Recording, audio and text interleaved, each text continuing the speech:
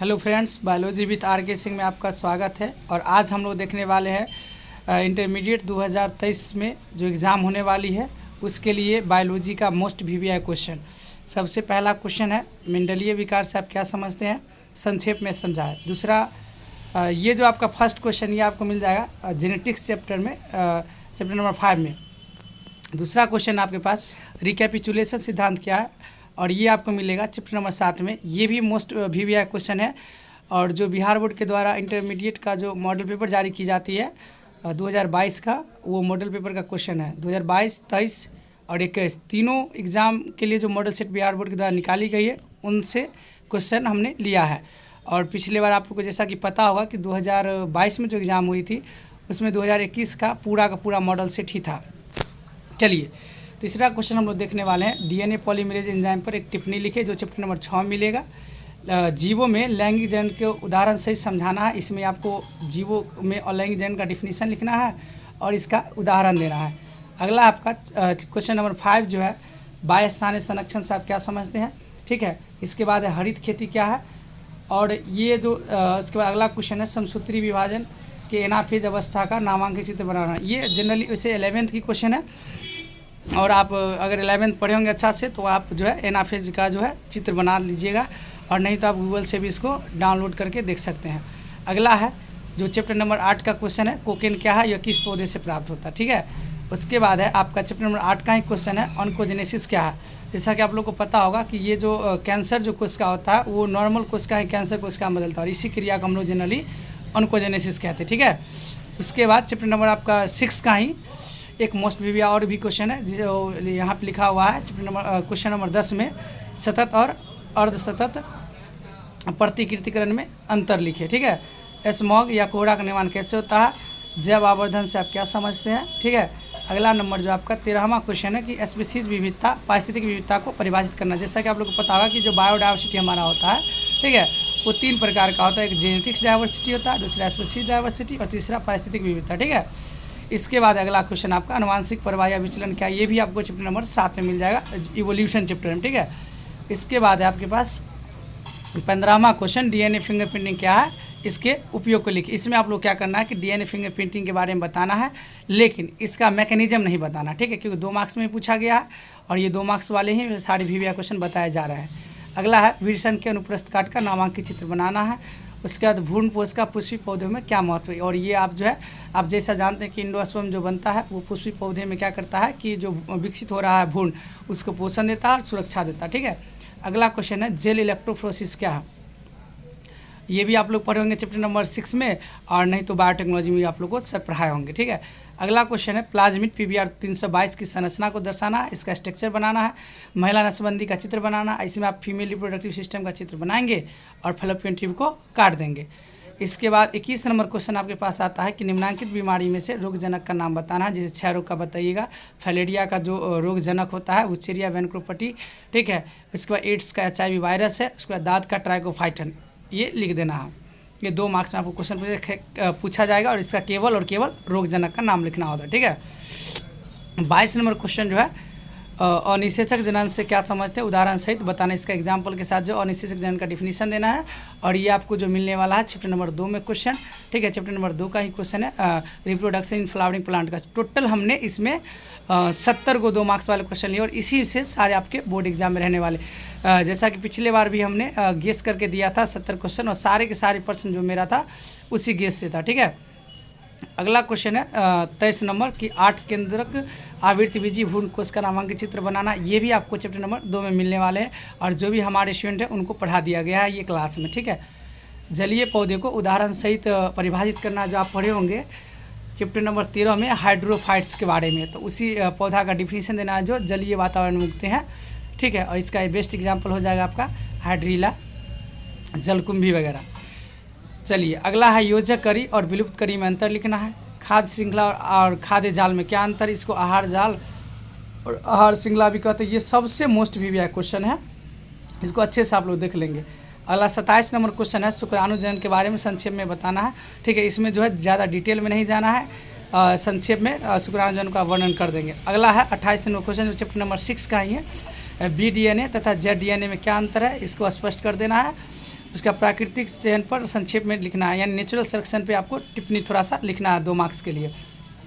अगला है वर्ण योग्य चिन्ह क्या होता है, ठीक है, वर्ण योग्य चिन्ह से क्या समझते हैं, ये क्वेश्चन आपका 30 नंबर, और ये भी आपको मिलने वाले हैं बायोटेक्नोलॉजी चैप्टर में। अगला है 31 नंबर क्वेश्चन जो चैप्टर नंबर 5 का है, वंशावली विश्लेषण से आप क्या समझते हैं और ये कैसे उपयोगी, ये आप लिख देंगे।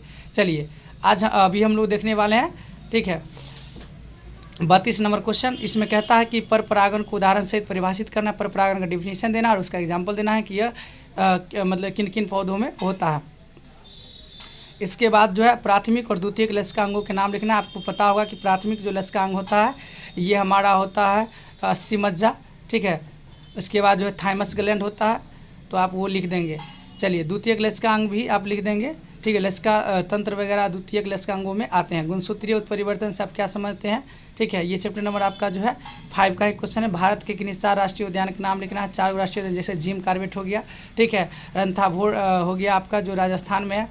इसके बाद अगर आप देखेंगे तो मतलब वाल्मीकि अभ्यारण्य है, तो ऐसे जो है आपको 4 राष्ट्रीय उद्यान का नाम लिख देना। वैसे मैंने क्लास में लगभग 20 राष्ट्रीय उद्यान और जगह और उसमें जो है संरक्षित रखे गए जीवों के नाम बता दिए हैं, ठीक है। अगला क्वेश्चन है 36 नंबर, बाह्य तथा आंतरिक निषेचन में अंतर लिखना। आपको पता है कि बाह्य निषेचन जो होता है शरीर के बाहर होता है और आंतरिक निषेचन जो है शरीर के अंदर होता है। और बाह्य निषेचन का एग्जाम्पल मेढक वगैरह होता है, मछली वगैरह में, और आंतरिक निषेचन का एग्जाम्पल सबसे बेहतरीन आपका मनुष्य हो गया, गाय वगैरह हो गया। नर नसबंदी के बारे में बोलना है, यानी कि बताना है आपको नर नसबंदी के बारे में, थोड़ा सा देख लीजिएगा बढ़िया से।